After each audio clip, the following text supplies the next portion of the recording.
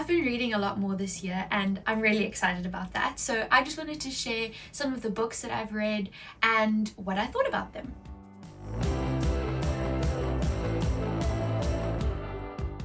One of my goals this year was to read more. This was honestly kind of a trick that I was trying to play on myself to get off the phone more, to get off any screen more, honestly. I kind of turned it into a challenge to read 3 books in a month, 1 book being an audiobook, and it's been kind of great. There was some hits and some misses. Let's just dive into it. So I'm not gonna share too much in detail about the plot of each story. I might go a little bit in here and there, but obviously you can go read the blurbs and stuff if you're interested in any of these books. So just a little disclaimer on that. So I'm gonna start off with my Sarah Dessen books. She is an author that I have read a lot. I love her books. She writes YA novels. I'm probably too old to be reading this, but I honestly just love it because 90% of the time they are clean and they're not spicy at all. So it's just like a wholesome romance and someone being a hopeless romantic.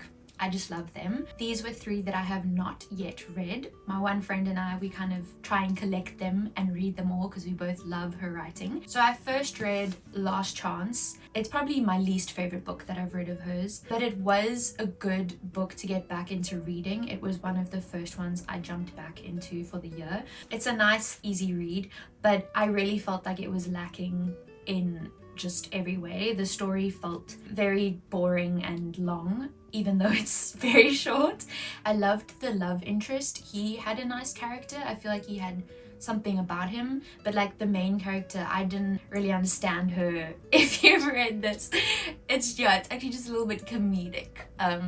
Her struggles. I really am trying not to be insensitive, but I feel like there was a better way to go around it.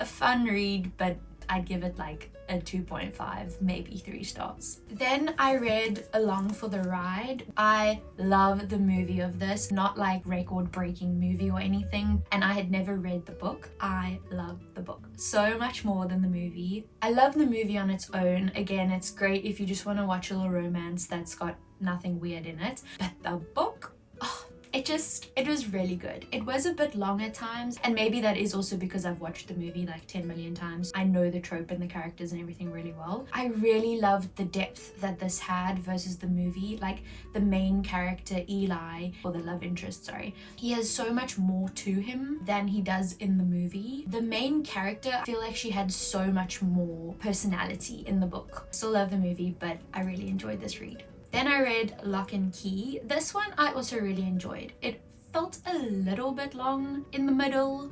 Still a very nice, easy read. I feel like this had a bit more of a realism to it, like real world problems. The characters were written really well. But I mean, it's still a young adult, so don't expect like anything revolutionary. I don't feel like my life has been changed by it, but it was a classic Sarah Dessen read, so I really enjoyed it. Just a disclaimer, Sarah Dessen, some of her books do have swearing in, so just wanted to put that out there. I usually censor the books, but I just wanted to put a disclaimer in there. It's not a lot though, like really not a lot, and not in a malicious or angry or anything way like that. It's kind of just to add emphasis, I guess. Not that that's an excuse, but just wanted to put that out there. Okay, then we're gonna get into my faith books. I didn't really know what to call them, but they're non-fiction Christian books. The first one I read was The Borken Way by Ann Voskamp. It was on my Kindle, so I don't have the book, but this is what it looks like. It was incredible. It was such a slow read though, because it's very dense. It's all about the fact that we are broken vessels in this world, but that is the beauty and that is how God uses us, and that is the juxtaposition of his wholeness and his making us whole, and just that beautiful crazy picture. And it was so timeless for me to read it now. I've been wanting to read it for almost 3 years after hearing about it on a podcast. I'm so glad I read it now. I was going through a very broken phase, if I can say it like that, when I was reading this, and I was like, I need to read this because I need to be told the truth about it. And I think if I was in a better space, I might have read it quick, so that might just be because of where I was.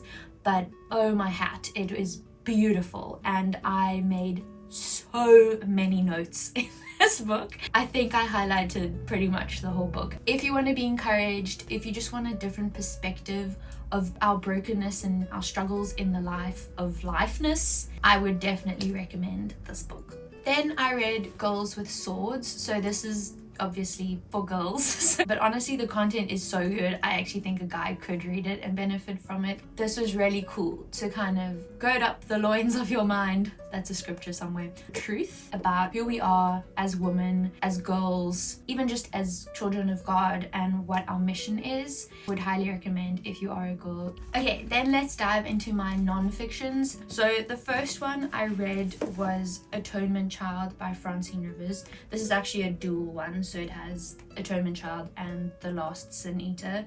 I didn't want to read The Last Sin Eater, it sounded very boring, and I've heard that it's boring, so sorry Francine Rivers, because I love her books so much.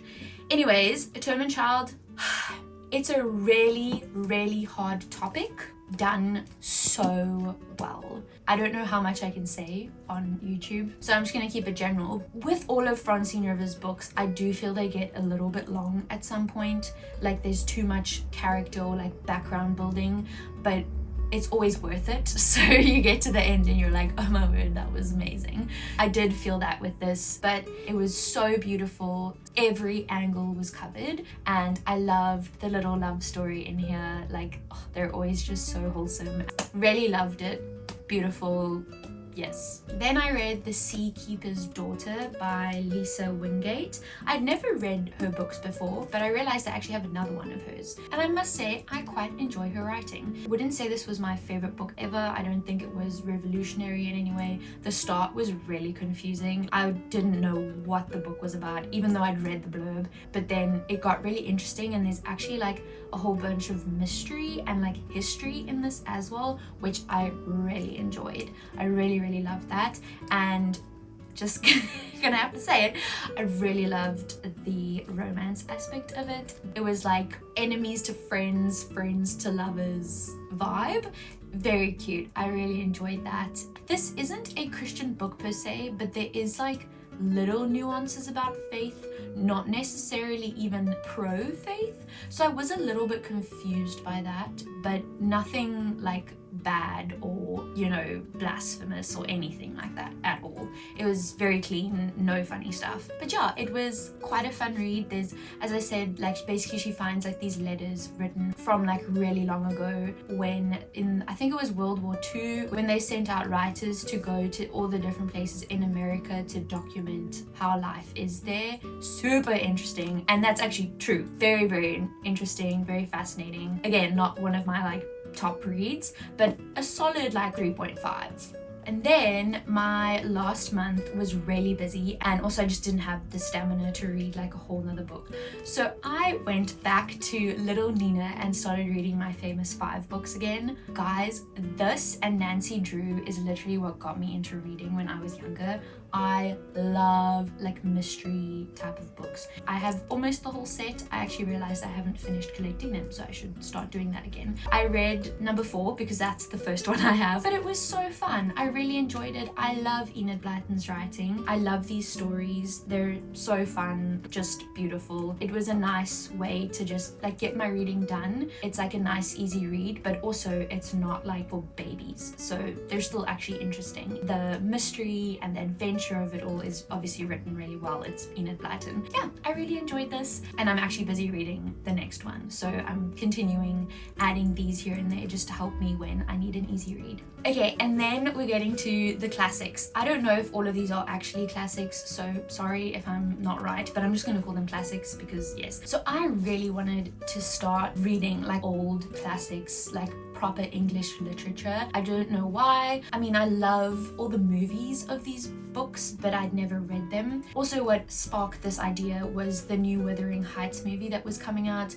that looked really good, but just please do not watch it. I haven't watched it, but I've read a lot of reviews and watched reviews, and just don't. It's not necessary. We don't need that in our mind. We don't need that in our soul. They took the story completely wrongly, although after listening / reading to this book, I do see how the director got there, so it's not actually that bizarre, but it's not as, like, the book isn't that. This was also the only classic I had in copy. I bought it a few years ago and had never read it, so it just seemed like perfect. So I kind of read while listened. Sometimes I just listened, like going on walks or whatever. The first few chapters were really confusing. ChatGPT was my best friend because I obviously didn't want spoilers, but I really needed help because there's like no punctuation. Also, there are characters with the same names, but they don't really differentiate who's who. So the first few chapters you are just so confused. But I actually loved this book.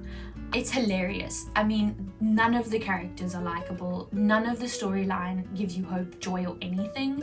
But for some reason, it's kind of enjoyable. I don't know if I'd like recommend it to just anyone. I think if you like reading and you like literature and stuff like that, then I'd give it a listen or a read. Like, I found myself wanting to. I was excited to come back to the book. And then I watched this summary video on YouTube. I can't remember how clean this girl is, but she is hilarious, and it really helped bring it all together. I took a lot of quotes actually from this book. I think that's like one thing that I am really excited about as I'm reading more old English stories, classics, is the words, almost the poetry of it. Like, I'm really enjoying that. My first one, and not bad, but crazy, like crazy. And the song Wuthering Heights by Kate Bush is like perfect. The soundtrack from the movie is terrible. Anyways, I don't even think the movie hit the book. It's just a total own thing and I don't want anything to do with it. Then I read Emma, and I actually listened to this one completely, so I should rather say I listened to Emma. I only got the book afterwards. I really enjoyed this one. There were so many times where I was like bored out of my skull. I actually think I fast forwarded a chapter because it was just so boring. I enjoyed the story. I've watched the movies, so I knew that. But yeah, it was an enjoyable listen. It's Jane Austen, so we all know she's a brilliant writer. Good read. And then my most recent one that I did was Persuasion by Jane Austen, and this one I also really liked. It wasn't my favorite, but I really enjoyed it. I really don't know how I feel about it because it felt very relatable and like real, but also I was like it felt a bit in the clouds sometimes. I don't know, but it was a beautiful read. Again, Jane Austen, can't go wrong. So I will say though, the movie that they made with Dakota Johnson, I didn't like, especially after reading it. When I first watched it, I was like, okay, this is fine, but I don't like the quirkiness they added to it and the fact that she talks to you, and they added a lot of dialogue that is like non-existent in this book. And even if you go on Pinterest and you search like persuasion quotes, it's all the movie quotes. Like, none of that was from Jane Austen, which that grates me the wrong way. I just combined two sayings. But anyways, it was still a good read. Oh, and then I read Little Women, or listened to Little Women, but this one I really loved, like really loved. I didn't realize how Christian that book was. That's such a weird way of saying it, but their mother's whole wisdom and the whole point of like Little Women, her raising them and how they've been raised in each of theirs like story and everything, is actually centered around God. I really loved it. The Laurie and Joe whole like, it's no use Joe, that whole scene is not actually in the books. Like, it's kind of there, but it's not as like emotional and everything that it is in the movie. That was a letdown. I was really excited for that part, but I think that's kind of nice because it makes you enjoy the movie for one reason and enjoy the book for another. A lot of what made the book is not in the movie, which I found really sad, but it makes sense. It's a worldly movie, so obviously they're going to take all the beautiful virtues and all of that out, but I still really enjoy the movie and I really enjoyed the book. So recommend, like, any girl read it. A lot of really good like learning bits, especially with Jo when she moves away. I've found a lot of what she was going through very relatable and took a lot of quotes from this book. It's such a beautiful story, such beautiful values. So yeah, it was a really good read and I really enjoyed it. So that was an average reader's review on these books. Thank you so much for watching. If you enjoyed it, please give this video a thumbs up and don't forget to subscribe. If you have anything to say about this video or the books or books you've read or anything like that, please comment down below. I love reading your guys' comments. And yeah, if you have any ideas for future videos around this topic or just in general, leave them down below. And yeah, I hope you guys enjoyed the video. I will see you guys in the next one, and as always, have a good one. Bye.